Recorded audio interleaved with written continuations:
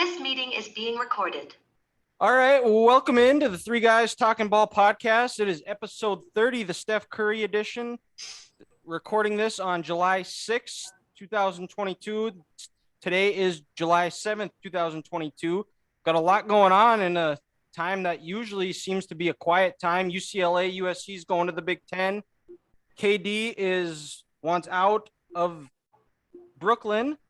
Baker was traded to the Carolina Panthers today, and the Twins had a little bit of a downfall today, but they've been playing consistent, good baseball, consistently finding ways to win series. And that's where we're going to start the show today. Our guest, and he's our first guest where all three of us hosts are together. He's a Diet Pepsi fanatic. He's a writer and podcaster for Access Twins, and he's joining us in between his softball games, so we appreciate him doing this. Brandon Warne, everybody. Hey, how we doing?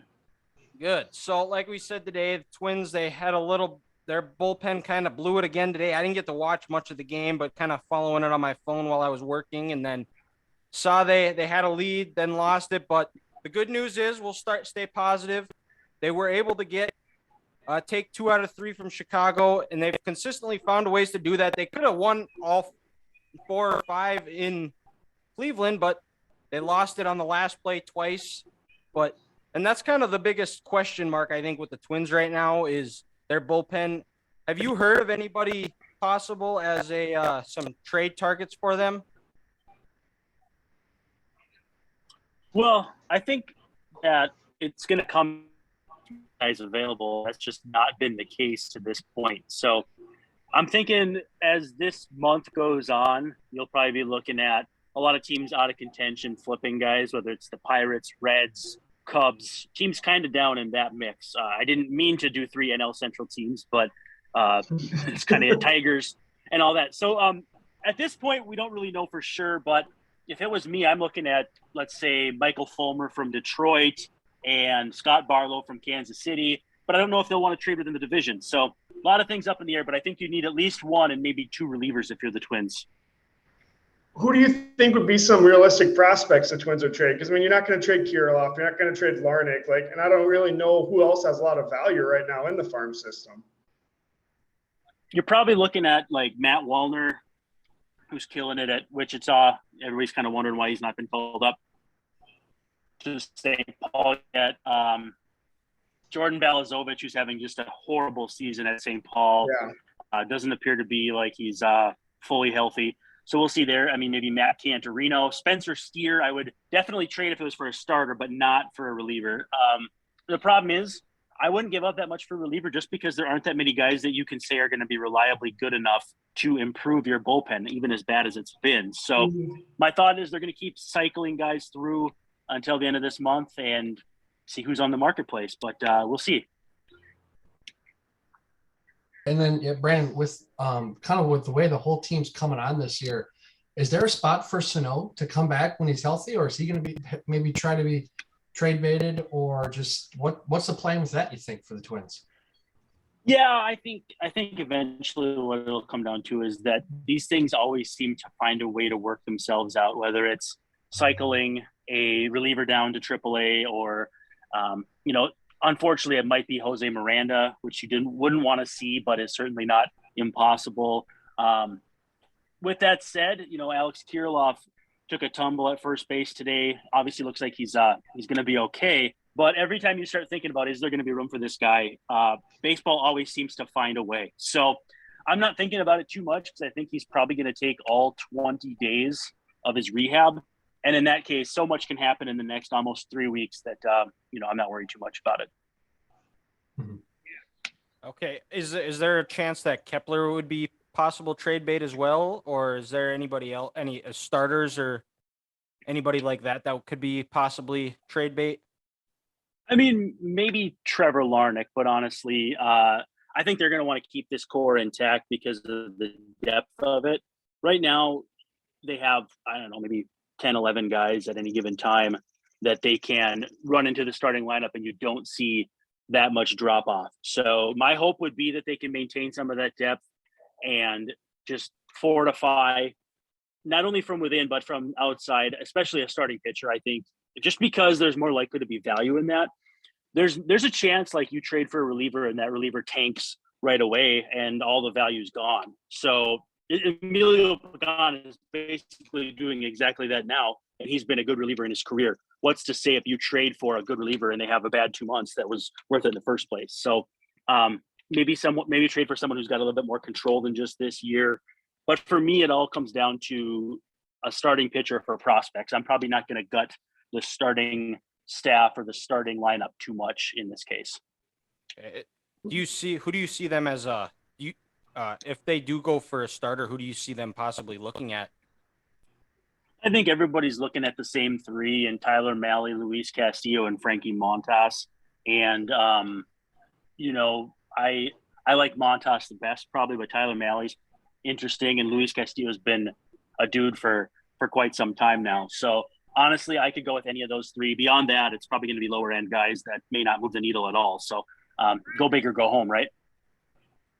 You brought up Pagan. What are your thoughts on them DFA and Manea for Pagan? I shouldn't be like much of a surprise, but Manea was throwing it pretty dang good. Yeah, they just don't view him as a high leverage guy, so they're not gonna hang on to him for too long. And I don't know. I mean, Pagan is going to hang around just because he's been good in the past, and they traded a lot to get him. So I don't know. I don't know what the alternative is, but he's not pitching well, and that was in the 5th inning today, and was usually in the 9th inning. So, Brandon, so with the All-Star game kind of coming up in about 2 weeks here, realistically, I'm just curious, how many Twins are we looking at maybe to get in their time to shine in the All-Star game this year? I'd say probably 2. I'm thinking it's going to be Luis Ariz and Joan Durant, but that's about all I'm seeing. I don't think you can really make a case for too many more guys with how good the rest of the league has been so far this season. Okay. And then do you see this as we get into the dog days of July, August, as this season closes, do you see any other teams in the Central outside of Cleveland trying to make a run towards the Twins, or has this turned into a 2-horse race for the Central? I'm more worried about Chicago, honestly. I just don't think Cleveland's got the offense to stick. I think their bullpen is overachieved. I like their rotation well enough. I just don't think that Cleveland can hang. So I think it's Chicago and the Twins, and I like the Twins more. Okay. And then you guys got any other questions? Can't think of one right now, but how did you get into like the whole twin scene and just like journalism in general, Brandon? Well, so I went to journalism school in Northwestern and wrote a bunch, and then interned with Baseball Prospectus, interned with Fangraphs, and then started with 1500 ESPN here in town, and it just kind of snowballed from there. And you got to get to know the right people and all that. And I've been very, very blessed. I can't say any more than that. And if anybody's looking for like mentorship or any kind of advice, I'm always happy to at least try, but I don't know if I'm the best person to ask. Well, we'll give you a chance to plug your socials, where people can find you and your content, before you got to go play again. Sure. Check me out, accesstwins.substack.com and at Brandon_WARNE. Okay. Sounds good. Thanks, Brandon. Have a good one. Thanks, guys.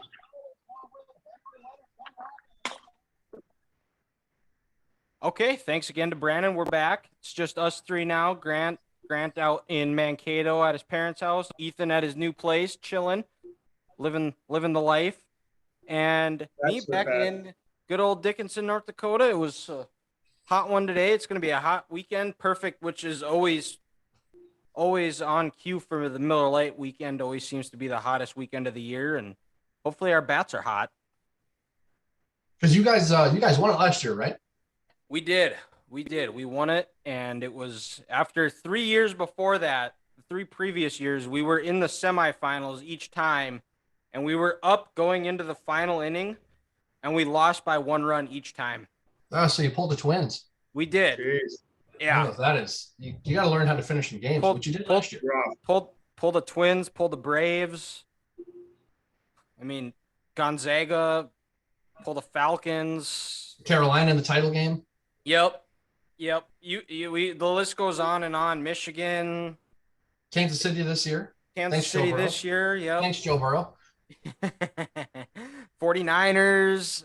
I mean, we could go on and on all day, but the big news that dropped was when this podcast dropped last week, Thursday, when it was announced that UCLA and USC, Grant's second and third favorite colleges, are moving to his favorite team's conference, the Big Ten. Well, that's actually all three of our favorite teams' conference, Big Ten. This is strictly a money move. I don't like it just aesthetically because I'm more of a traditionalist. I think teams that are on the West Coast should be playing in a coast named the Pacific 12. But that's just me. I don't like all of it because it is just strictly money related. And they're going to move in 2024, so they still got 2 more years. It's not the first domino that's going to fall, this was the first domino that I think of many that are going to fall. That I think we're going to see more movement. Remember, last year, a year ahead, Texas and Oklahoma to the SEC from the Big 12. Yep. So, back-to-back off seasons, we got big conference realignment news. This is only the start. I mean, it's not done yet. For sure. Basically, the Big Ten's just waiting on what Notre Dame's going to do. If they say yes, they're in. Probably being Stanford, along with Oregon and Washington, would probably be the next to make it. I think an even 18 at that point. Well, yeah, to your point, if you're Oregon, you have to be sitting back like, why would I want to play in a conference without a Southern California presence for football? They'd be the biggest fish in the smallest pond in college football. They'd get no exposure. So they'd be foolish to stay in this conference. Well, the Pac-12 is going to lose all their and the reason both USC and UCLA left is because the horrible TV deal that the Pac-12 did, and Pac-12 is pretty much dead because they lost their biggest media market, which happens to be the second biggest media market in the country. Yeah, and they're going to lose another one. They're going to lose Seattle too. Probably. And for sure. I think right before we started this, I was looking on Twitter and I saw that Joel Klatt expects Colorado to join the Big 12. I think there's going to be some type of alliance, which about this time last year, I think it was with the ACC, Big 10, and Pac-12 decided to form an alliance together. Yes. And Kevin Warne and the Big 10 brass just gave their double middle fingers to that alliance. And we could talk a little bit about how they're going to handle it. They do have 2 years. The biggest thing is, and this might be a controversial take, but I actually think UCLA might be a little bit better suited right away for the Big Ten because UCLA with Chip Kelly, they actually like to really run the ball. Their plays last year were 42-27 run, or 42 runs a game, 27 passes a game. And Chip Kelly likes to run the ball, so he knows how important building the offensive line is. And we've talked about it on this podcast with USC. The biggest thing UCLA has to do, or USC has to do to get back to the Leinart and Bush years, which, if you guys really want to feel old, the seniors in this class were just born when USC was on their run. What's wrong with you? Yeah, well, I'm still younger than you, but I still makes me feel old. Exactly. But you look at those Bush Leinart teams. Yeah, they had some dudes on the edge. They had Reggie Bush. They had Matt Leinart, 2 Heisman Trophy winners. But the meat and potatoes of that team was they were dominant up front on both O-line and D-line. And Lincoln Riley, since he's taken over at Oklahoma, it's dropped down their play in the trenches. They have to find a way to get back, and that's why I think UCLA might be a little bit better suited right away. I don't know. It's hard to say because they're not in it yet, but it's all about adjustment. But I do think UCLA might be a little bit better suited right away. Not to say USC can't catch up, but at some point we'll see. If USC isn't able to build in the trenches, Lincoln Riley is going to be looking for a new job and selling his incredibly huge house that USC bought. His $120 million house that he bought? No, the school bought. He didn't buy it. Oh, okay. They bought that house and they bought his house in Oklahoma. Yeah. But going back to like what Klatt was saying about Colorado joining the Big 12, I think it's more likely the Pac-12 and ACC join than anything.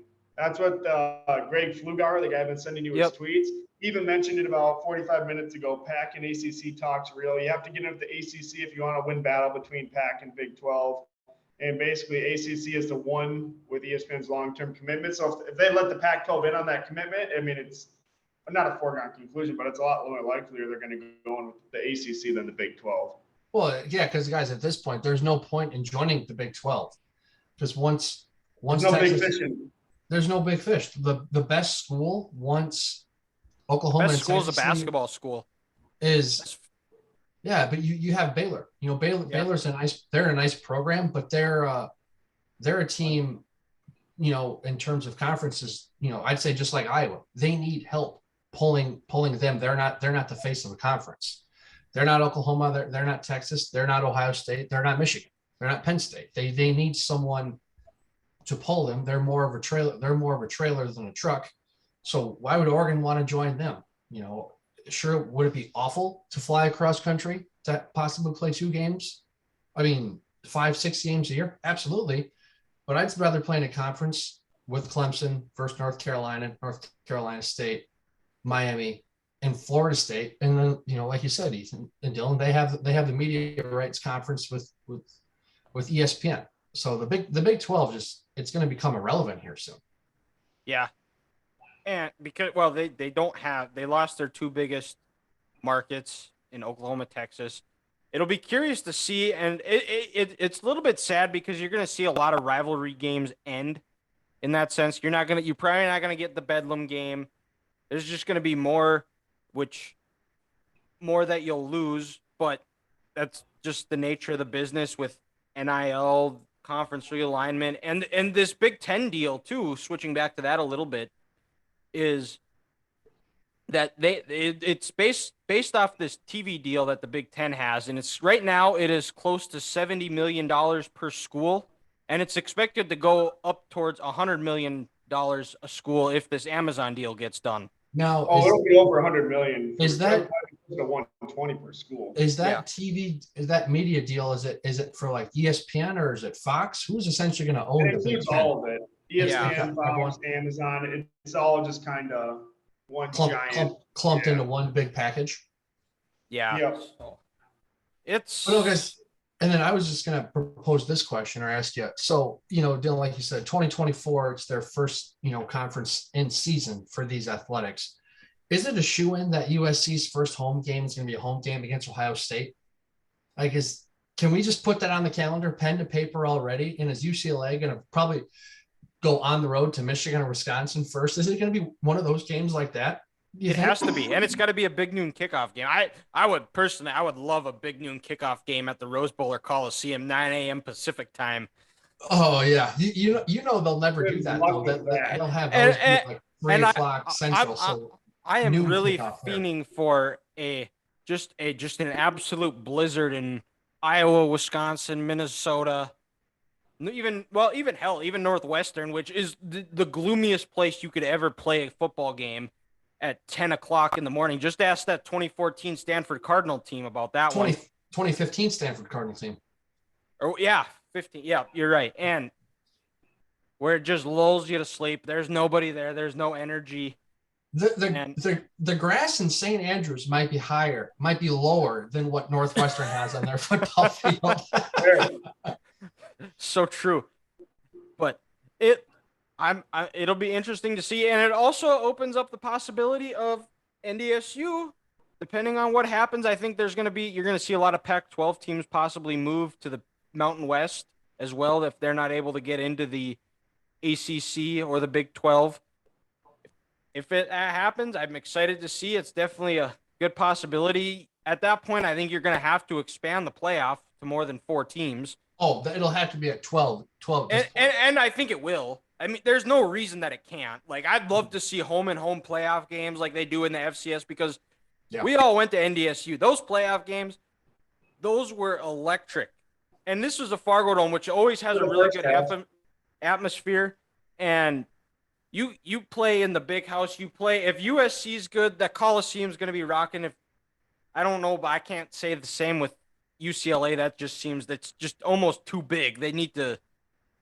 They're never going to leave the Rose Bowl, but there has to be something to do because I just don't think they're going to get it because the campus is 40 minutes away from the stadium. But or Columbus, I hate to say that, but possible Kinnick.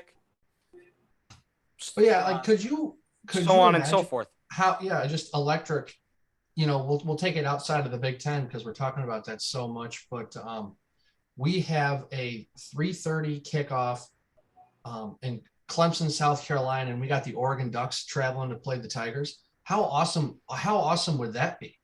I mean, it would feel the energy we had this year during the NFL playoffs when the last 7 games were all decided by one possession. We'd have that in a college football setting.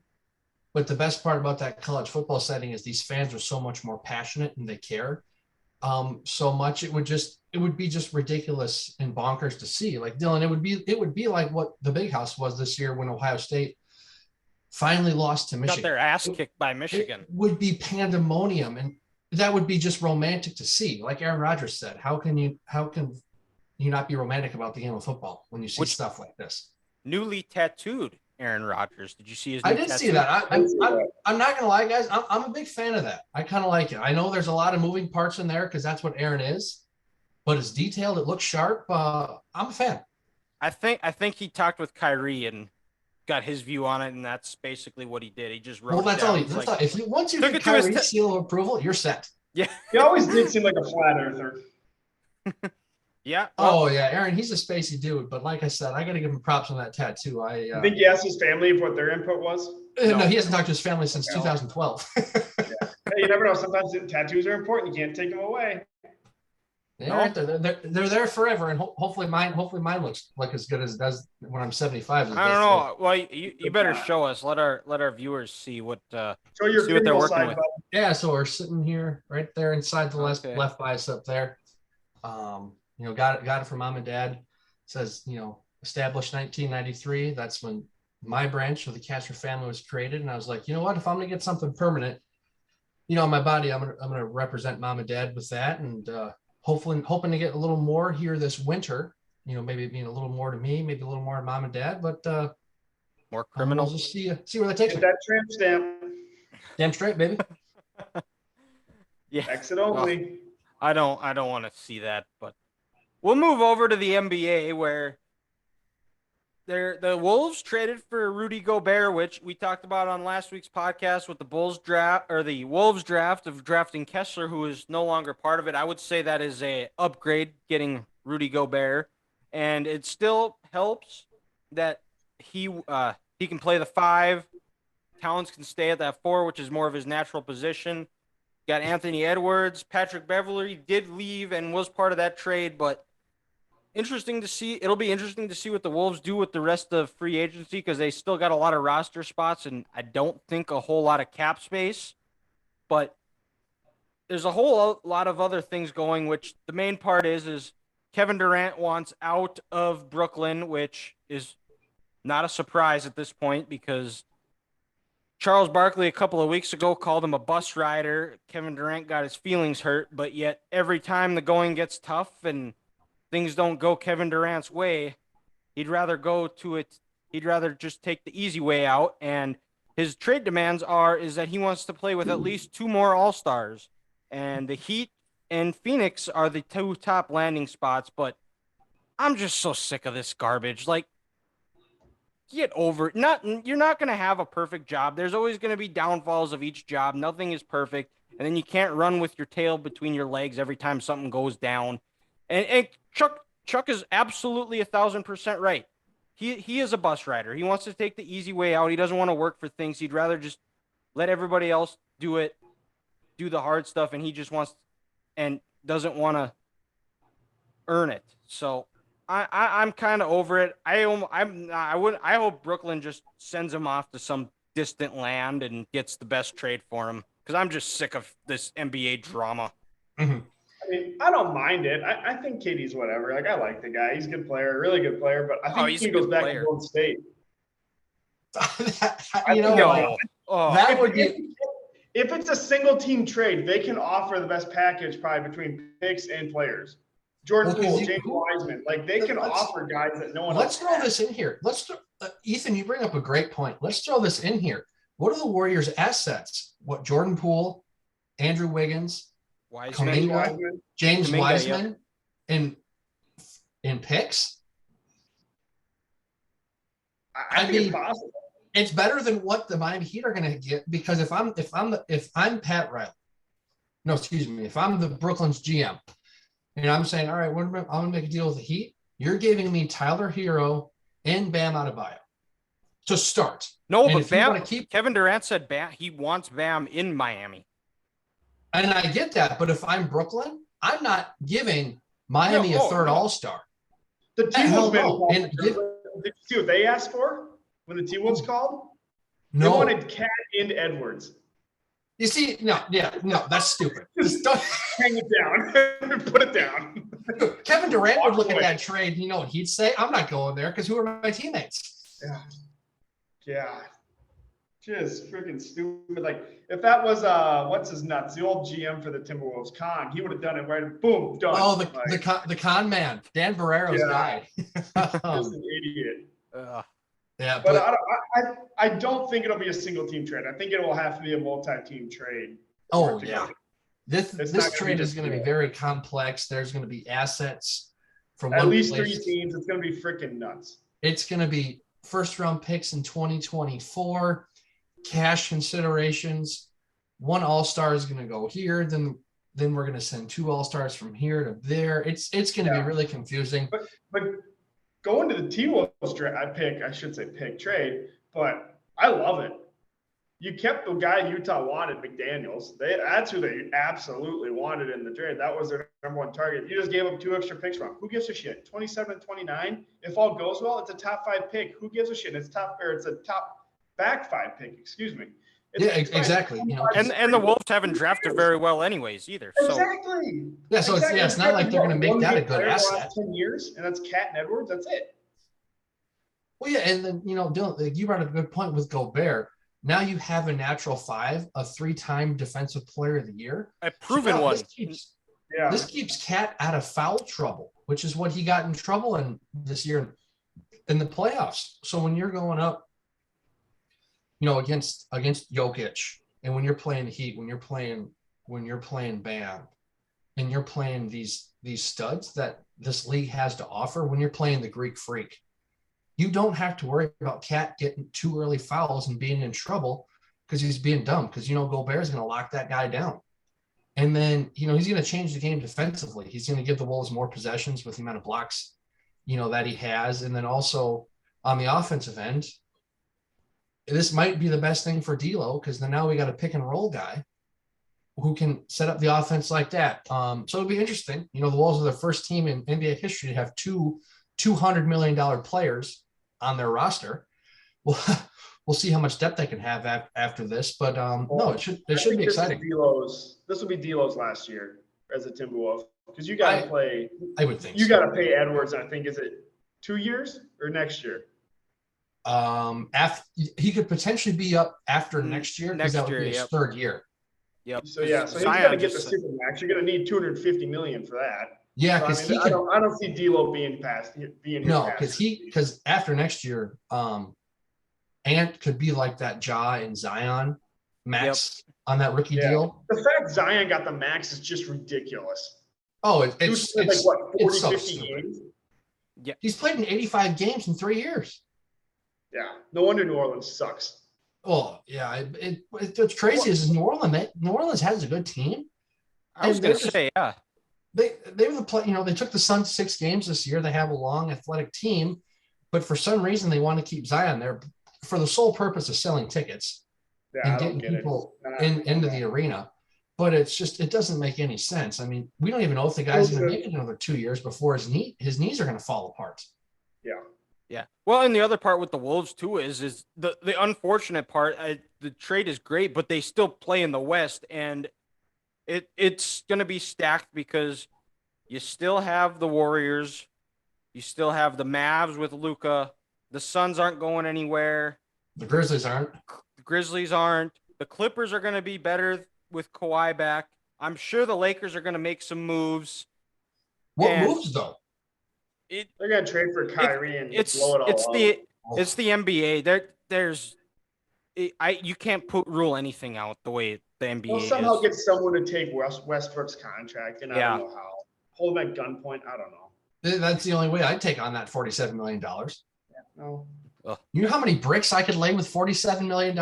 You could build a nice house, Grant. I could build a nice house with that contract. Big house. Oh, well, they're releasing the 2K ratings now. I just saw, and Maybe 75. Westbrook's 3-point skill attribute right now is lower than Ben Simmons. Oh, Wow. that's awful. Simmons is It can't be anything more than like 75, 80. Simmons is at a 58. Westbrook is at a 56. Yes, I said That's Westbrook. So considerate. And that is because, I mean, Simmons has made 1 3 in his career.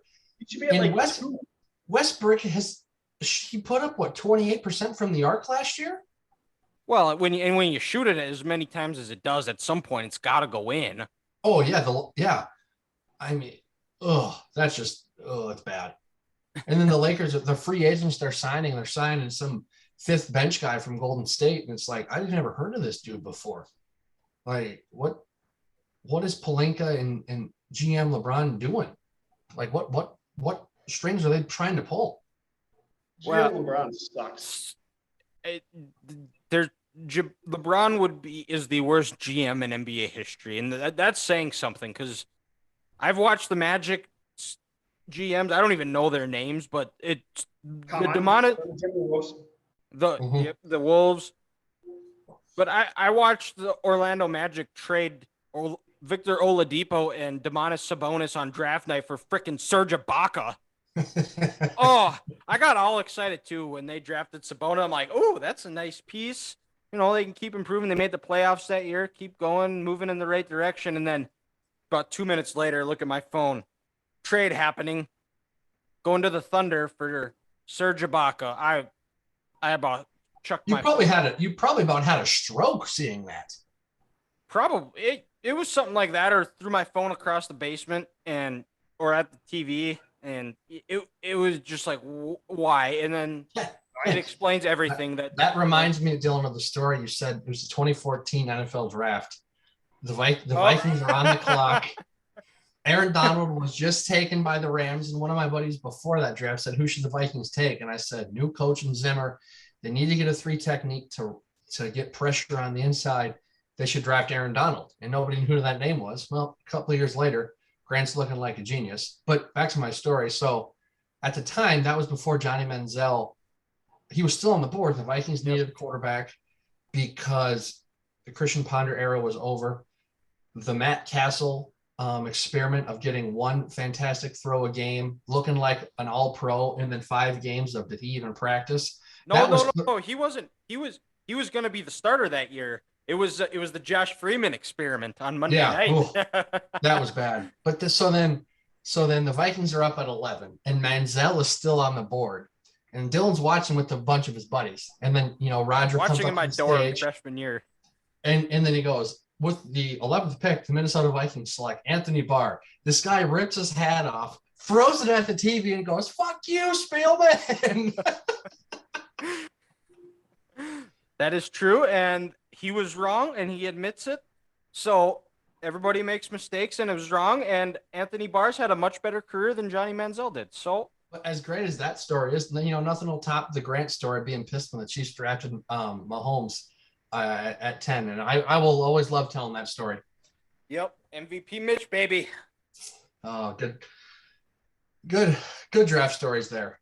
But which we could just stay in the NFL here because today it was announced that Baker Mayfield was traded from the Cleveland Browns to the Carolina Panthers for a conditional pick in 2024, and the Panthers agreed to pay $10.5 million of his salary. So I thought the Browns were picking up or the Brand. Yeah, that's what I meant. Yep. The Panthers only had to pay 5. Yep. So we've got a QB competition between the number 1 and number 3 picks in the 2018 NFL draft with Sam Darnold still on the roster. And Dan Orlovsky tweeted this out, and I think I actually might agree with him because after Tampa Bay, the NFC South is quite the question mark. And I think if you get 2020 Baker Mayfield to play for Carolina, I think they're a borderline playoff team or in the playoffs. And if Christian McCaffrey can stay healthy, he's got a nice piece in Robbie Anderson. So I don't think this is a horrible trade. And DJ Moore. And DJ Moore, yep. I don't know. I don't think either quarterback's that great. I mean, they have a good roster, but I mean, their defense is solid. They got Moore. They got McCaffrey. Robbie Anderson doesn't seem like he's too excited about it as of like 2 weeks ago when it was a couple weeks ago when it was brought up. But I mean, I just don't trust Baker. The dude just has some of these stupid plays and makes you want to bash your head in the wall. And Darnold's showing us he ain't the guy. So I mean, it's like two shits in the same toilet. I just don't think it's gonna work. And Ethan, I'm with you. I mean, Dan, remember, let's not forget he ran out of the end zone in an NFL game. He is fantastic though with his NFL analogy, and he's really good at calling games. Which I mean would make sense. You might not have great on-field awareness, but when you sat on the bench for as long as he did, you get to watch and see a lot of games, and he's had chances to go coach. And I still think I don't know what the coaching is like in Carolina. I think Matt Rule is more of a college coach, which I've heard that he might be the next coach at Penn State. Well, he's a New Jersey guy, and I think he went to Penn State. But he did, yep. I'm with Ethan. I don't trust this Carolina team. I mean, they started off last year 3-0, and then McCaffrey gets hurt. And even then, their defense is okay. The offensive line, they're still rebuilding. But there's too many what ifs if you bring in Baker. If you get 2020 Baker Mayfield, if Christian McCaffrey can stay healthy, if their defense can be consistent and get side of a pass rush outside of Robert Burns, there's too many what ifs. And like you said, I don't know if Matt Rule really has a hold of that locker room. New offensive coordinator this year. There's just too many what ifs. And then I don't even think you can say there's a quarterback competition. I think Baker's the guy because you're essentially giving up on Darnold. So you traded for him last year. You bring Baker in this year. But here's an interesting thing with Carolina, guys. Both dudes were picked in 2018. They're both on their 5th-year option this year. What if Baker plays like he did last year, and to Ethan's point, just a lot of dumb, boneheaded plays, interceptions he shouldn't have, missed throws. If Baker's off this year, Carolina doesn't have a quarterback. Matt Rule's gone. Their owner filed for bankruptcy because he's a fraud. This franchise is in desperate times potentially if this year goes pear-shaped. But then they just go get their QB next year because they're gonna suck. Well, yeah, but then again, it's like, all right, so now we'll talk them up next year, but is Bryce Young the guy? Is CJ Stroud the guy? They're not going to have the help they have in Carolina like they do in college. So it's the revolving door in the same cycle in the NFL. If you don't have a quarterback and you don't have a coach, your franchise is doing this every 3 years. And I mean, I'd take either of those guys over them right now. Then over who? Over either Mayfield or Darnold. I'll take either of those guys right now. Yeah, over Darnold for sure. So much higher. You know what you have. You have a bunch of shit with the first two. You don't know what you have with the other. Yeah, I just don't trust this Carolina team. But also, maybe I'm reading between the lines here. Does this mean do the Browns have confidence they know what's going on with Watson? Because you just don't, or did they just want to get Baker out of there? I think they want to get. Hey, you know what, Deshaun, you're suspended. I don't think it's going to away. The thing is with it's two dysfunctional franchises going full dysfunctional franchises. They're just flying. They're reacting off of emotion, flying by the seat of their pants. And who knows depending on what happens with Watson, who knows? The Browns, you could see them possibly trade for Jimmy G for a year and go off that. But I have the Panthers schedule up. So let's do what we did a couple of weeks ago with Cleveland. and go see what they do with Baker. This is with Baker as the starting quarterback. So With Baker, this week 1 game is going to be awesome. Get your popcorn ready. So we got week 1, Browns at Panthers. Cleveland is still a 1-point favorite. I'm guessing that is still with Watson as the quarterback. So as of right now, we don't know if Deshaun is suspended. So since we don't know, we're assuming Deshaun is playing, right? Sure. Yes. Is that fair? He's playing or appealing, so who All right, knows? well, the Panthers are 0-1. Okay. Then they go to New York to play the Giants. They are a 1.5-point underdog there as well. Oh, God. I'm going to say the Panthers win because even though we've just been shitting on Mayfield, he's better than Daniel Jones. Okay, correct. And then week 3, they go back home and they play the Saints. They are a 1.5-point underdog there. Loss. I like the Saints. Yeah, that's a loss. Okay. Then week 4, they've got the Cardinals at home. They are 2.5-point underdog there. They'll win that game because that'll be the game the Cardinals slip up because they got to go across country. Okay. And then they have the 49ers at home. That is and that'll conclude 3 straight home games. 3-point underdogs there. I think that's a loss. That's a loss. And then they go across the country, go to LA and play the defending Super Bowl champions, the Rams, where they are also 8-point dogs. That's a loss. Then they have the Bucks at home. Tampa Bay is a 5-point favorite. That's a loss. What do we got them at now? 2-5? 2-5. 2-5? Sure. Sounds about right. Yep, 2-5. They go to Atlanta after they play the Bucks. At Atlanta, they beat the Falcons. Okay. And then they go to Cincinnati. Oh, they where lose Cincinnati that is a 7-point favorite. They lose that game. They're 3-6. Do they cover the spread though? Great teams, good teams win, but great teams win. And Carolina covers the spread. Okay. And then on Thursday night, they host the Falcons at home, and they are a 4-point favorite there. Holy cow! This is the first. They go. That's got to be a wreck. That's crazy. They've won 3, 4, 5. What is that, like 5 home games in 7 games? They don't have the spread up for the game in Atlanta when they play the Falcons in Atlanta, but so 9 of their first 10 games they're underdogs. Shit. Until they play the Falcons at home. I'm going to say they win. I'm going to say the Falcons get them here. The NFC South is always competitive. Yeah, I'll take the Falcons. The Bucs will sweep that division, but I think the Falcons get them 2 times in 3 weeks. And then they go to Baltimore, where they are a 6-point dog. Loss, yep. That's a loss. And then they go play Grant's favorite quarterback, Russell Wilson. They host Russell Wilson and the Broncos. They are a 3-point underdog there. Oh, I hate Russell Wilson, but he's cheesy, he's chintzy. He'll find a way to win this game traveling to the East Coast. That is, you sound like a 6-year-old. I hate Russell Wilson. When you said that, I was like, I hate Russell Wilson. I hate Russell Wilson. And then they play his old team. They go out to the Pacific Northwest and play the Seahawks. They are a 1-point underdog there. Well, believe it or not, what they have is better than Drew Lock or Geno Smith, so they win that game. Okay. Fair. And then they go play the Steelers at home. There is no spread for this game. They're still going to lose because they won't be able to block TJ Watt. Okay. And at this point, Matt Rule is either fired or he's going back to college.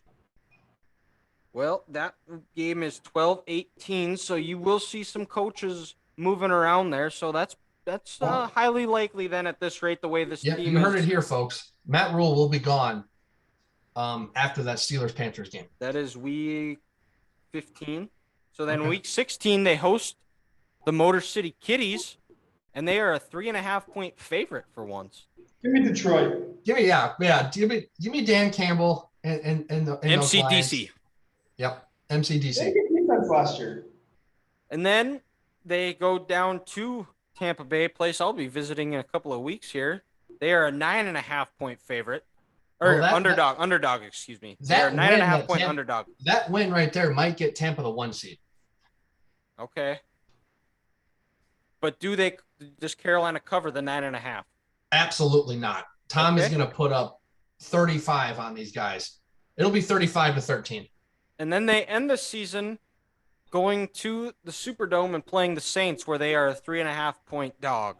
I think the Saints are going to need this game because they could be a wild card team with Jameis coming back late in the year. So Carolina finishes the year 4-13. Okay. You heard it here first. Fair. Grant's got his book it, write it down, take it to the bank. Grant says the Panthers are going 4-13. Yep. Matt Rule is out of a job. David Tepper's real estate company filed for bankruptcy in June. He might be selling the team. We don't know. They might be getting a new quarterback.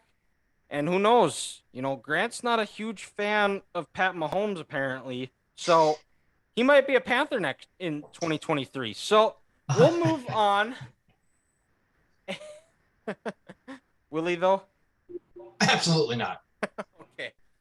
You didn't like really put up too much of a fight when I said that you're sick of Mahomes and you don't want him on the team. So It's because I'm not gonna get into it much more. We'll just let Grant go into curveball of the week. Well, it's because you're a sarcastic asshole and I've given up about defending myself. I feel like I'm not in America when I talk to you because I'm guilty. I don't have a chance to defend myself. That is not true. I'm giving you a spot now. I have You not. just I have say nothing. it in passing. I have. It's not I my have fault. nothing- I should have been a lawyer. I have nothing to say because you're spewing just absolute blasphemy. And I What wish did I was say that. that's blasphemous. These are all your words, not mine. I'm just saying them. I'm just reporting them. I wish I was that guy who called in the Stephen A. Smith show and called him a bona fide scrub. Well, actually, not quite curveball of the week. How was your guys' 4th of July? A lot of golf. It was great. Yeah. I Didn't play particularly well. went on a boat ride the night before, and then Ethan and I went out and we hit the links. It There you go. didn't rain. What course? Monticello Country Club. Okay. Nice And course. Our ass. I'm not going back. No. Oh, ooh, that rough, huh? It was a nice course, but it was not. Let's just say there's lots of trees, and we like to hit trees. So Oh, been there. there was on one hole, Dylan. You're gonna love this. I hit not one, not two, but 3 trees in one shot. Bro, it was like pinball. It was a ridiculous hole. It was like 170 yards and then a sharp dog leg left. Well, I decided to hit a tee shot about 60 yards right into the woods. I'm attempting to try to pitch this thing out and get a good second shot. Hits one tree, bounces off that one, hits the next one, hits a third one, and pretty much rolls right back to me like a dog playing fetch. So after that one, I was not feeling too well about it. And then for the love of God, Grant decided to hit all his shots. They sounded great coming off the club, but I hit them so high, I lost them into the sun. And I was just like, well, we're going to guess right here and throw this ball here, Ethan, because I can't see. We couldn't see it. We wouldn't move our heads. We couldn't see it. We I just think be I only like, had one good shot all day, pretty much. Oh, yeah, that's rough. it sounded good. It's like, oh shit, I lost it. Yeah, I was supposed to play on the 4th of July, but the night before we got 5 inches of rain, so the course was closed, so I didn't get to play. So my dad and I, we put a storm door on my front door of my house, and that took you wouldn't think you'd think it'd be a pretty easy task, but it is so tedious. You have to get it exactly right, because if you don't, you have to redo it and just makes it more of a mess. So that's what we did. And then I went over to a buddy's. We played some Beersby, had a couple of drinks. Then they all went and watched fireworks. And since I had to work in the morning, I decided I was going to go home. And I did the next best American thing was I went and watched Rocky IV. I got home just in time to see the final round where Rocky knocks Drago's ass out. First off, that's a great movie. And then secondly, did you get that door from IKEA if it took you that long to put together? We did not. No, did not get it from IKEA, but it was And this also is a very interesting thing that I 1,000% agree with. So after Rocky 4 ended, there's been, I think there's 7 or 8 now, I believe. Well, 6 Rockies, 2 Creeds. So yeah, there's been 8. I think there's a 9th one a 3rd Creed on the way. But Sounds right. so we all agree Rocky 5 is unwatchable and the worst movie. It's like similar like to Aaron Rodgers with his family. Just don't claim that one. And same with The Godfather 3. Just don't talk about it. It didn't happen. Exactly.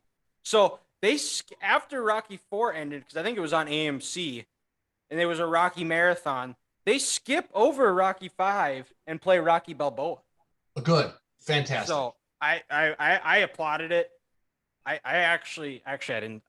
Well, yeah, I did. I stood up and gave it a standing ovation because that's just well done. And AMC gives us some hope that there are some brains out in Hollywood. Just a little bit of hope here. Little bit. That's all you need. So Yep. we hope everybody else had a good 4th of July. Grant, curveball of the week is yours. Take her away. So as you guys know, I said last week, my parents, they just came back from a week-long trip in Rome. And one thing they learned right away that caught them off guard was when you go out to a restaurant in Europe, you do not tip your waiter or waitress. It's something in the European culture they don't do. Why? So I'm thinking they just maybe pay their waiters and waitresses a higher hourly wage where you don't need to tip. Okay. So I got thinking, one, is this maybe something America should do? And if they do, would that maybe help service or would it make service worse in this country if we didn't have to pay a tip and people in the restaurant industry just made a higher hourly wage? Oh, I think it'd be worse. Because basically they're getting no matter what they do, no matter how bad they are, they're getting that paycheck. They don't have to work to be nice. They don't have to work to like get extra money. Whatever your paycheck is, you're going to get any more. You're just going to go there. You're going to do your motions. Honestly, like a lot of people do. You just do the motions at work and you go home. I think it'd be the same thing. They wouldn't care. Mm-hmm. Yeah, that's probably, I would agree with that, Ethan. They have more of an incentive to work harder and make sure they get that tip. And for the most part, I'm someone that I'm always going to tip just because I think that's important and I understand that's part of the wage. They got to make a living. And if the service would have to be extremely, extremely, extremely bad for me not to tip. And even if I don't think the service is up to par, I usually try to tip always about 20%. But if it's bad, I'll tip like 10. But yeah, I agree with Ethan that it would be poor if it was just wages.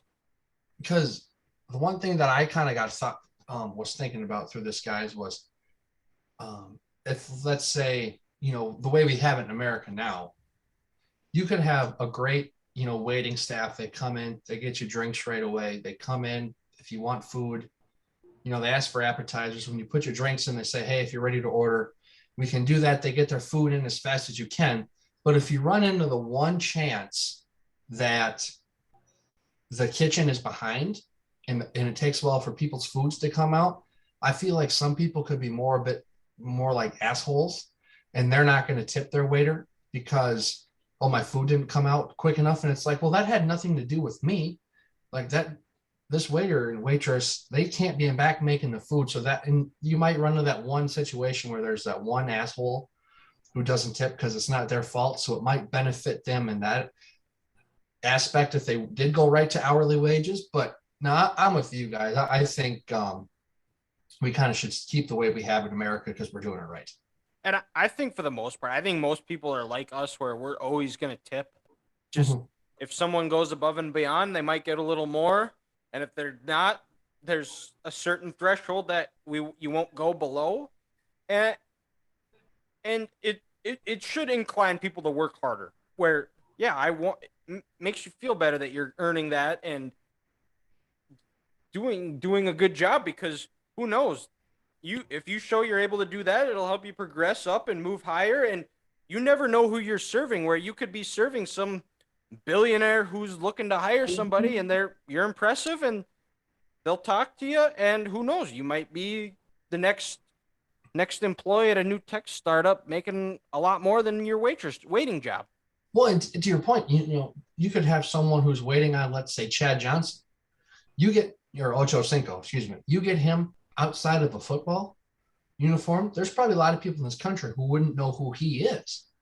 But if you go in, you take care of him and his group right away, you're nice, drinks come out on time, you get refills, food's brought out, you're very courteous. You could come to work with not a whole lot of money, and then you could leave with a $1,500 tip, like he's done before. Like to add on to your point, Dylan, you just don't know who you're going to run into and how well they might treat you. And I think this goes back to is when you're at a restaurant, is be nice and courteous and polite to the wait staff, because you never know. They could be having a bad day. They could have lost somebody they love. They could have whatever happens. And if they're seeming off, you know, just be friendly and don't be a jackass to them. Yeah. And because everybody has bad days. It's going to happen. We've all had bad days at work. We've all had good days at work. But just be polite, because you never know what somebody's going through, which I think that's a good way we'll end it. And we'll talk to you on the other side.